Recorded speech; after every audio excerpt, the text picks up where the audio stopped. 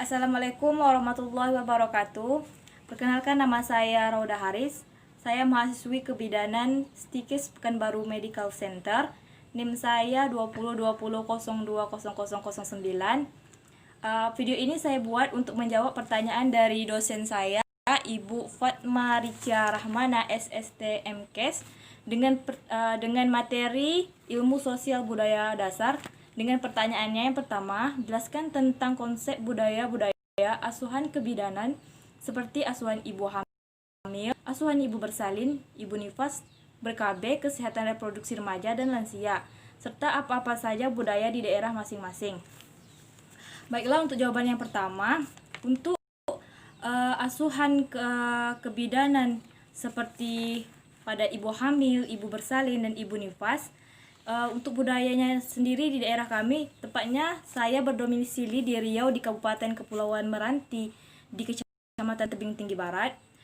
Untuk budaya seperti itu biasanya seorang bidan atau tenaga kesehatan itu memberikan banyak penyuluhan, seperti penyuluhan dan sosialisasi seputar kehamilan, apa-apa saja yang harus dilakukan ibu hamil, apa-apa saja larangannya, dan ibu-ibu hamil itu diwajibkan untuk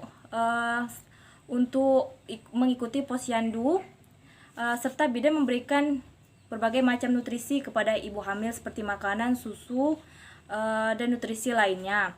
Kemudian untuk reproduksi kesehatan remaja, bidan itu lebih menyarankan ke orang tua dan ke masyarakat itu untuk tahu dan mengerti tentang reproduksi remaja itu. Jadi bidan memberikan penyuluhan ke sekolah-sekolah, ke masyarakat setempat untuk agar mereka semua tahu bahwa kesehatan reproduksi remaja itu dari mulai masa puber sampai ke masa dewasanya itu terjadi apa-apa saja dan apa akibatnya jika seorang remaja itu tidak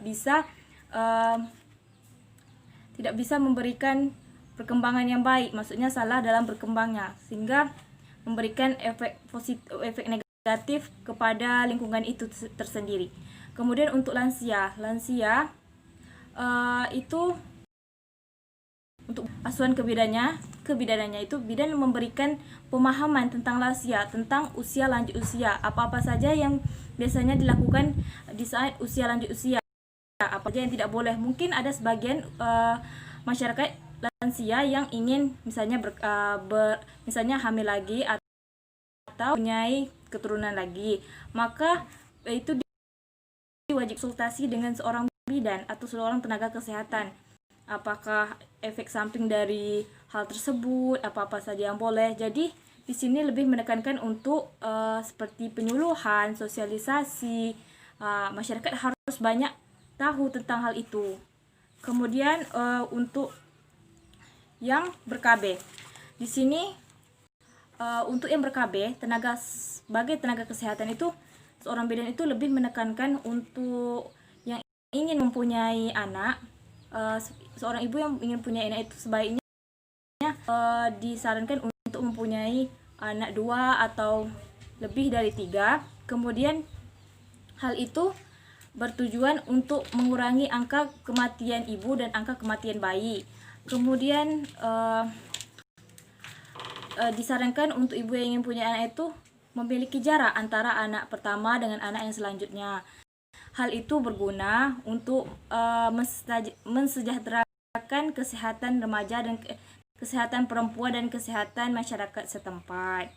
Kemudian lanjut ke pertanyaan kedua, bagaimana sikap sebagai seorang calon bidan dalam budaya-budaya yang tidak sesuai dengan ilmu kesehatan, dan bagaimana cara memberikan asuhan kepada masyarakat setempat jika ada budaya yang tidak sesuai dengan hal tersebut.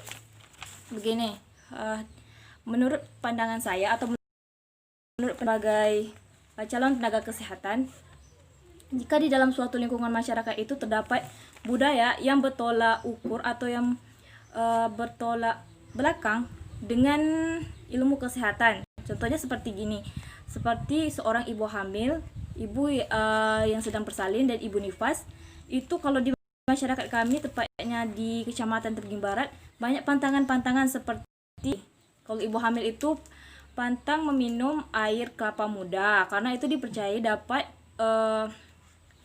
memberikan efek yang buruk untuk kesehatan janin.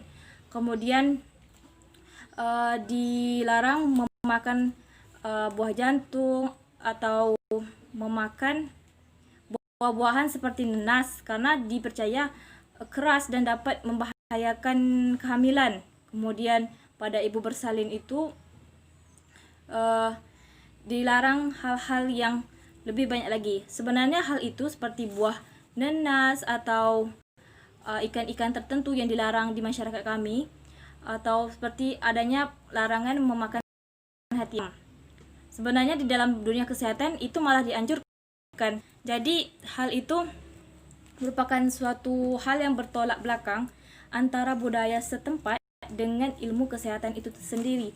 Sebenarnya kita sebagai calon tenaga kesehatan itu cukup memberikan pandangan atau cukup memberikan pemahaman yang garis bawahi. Mereka harus tahu, oh sebenarnya budaya di sini itu dikatakan salah itu tidak salah karena budaya itu sudah diturunkan dan hingga sekarang. Tetapi kita memberikan, kalau di dalam dunia kesehatan menurut penelitian ini atau sudah dibuktikan dengan segala sesuatunya bahwa budaya-budaya tersebut seperti larangan memakan makanan tersebut sebenarnya baik di dalam dunia kesehatan. Kalau seperti pada ibu bersalin itu dianjurkan untuk memakan ikan-ikan atau memakan yang bernutrisi karena itu mempercepat proses penyembuhannya.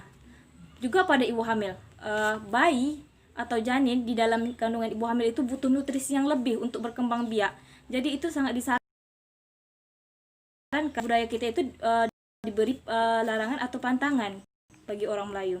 Jadi kita berikan pemahaman tapi dengan komunikasi yang lebih baik sehingga mereka bisa menerima pendapat dari para tenaga medis dan memberikan efek yang baik untuk mereka sendiri dan untuk masyarakat setempat. Seperti itu menurut saya, kita memberikan pemahaman tapi dengan cara yang bisa diterima oleh masyarakat setempat.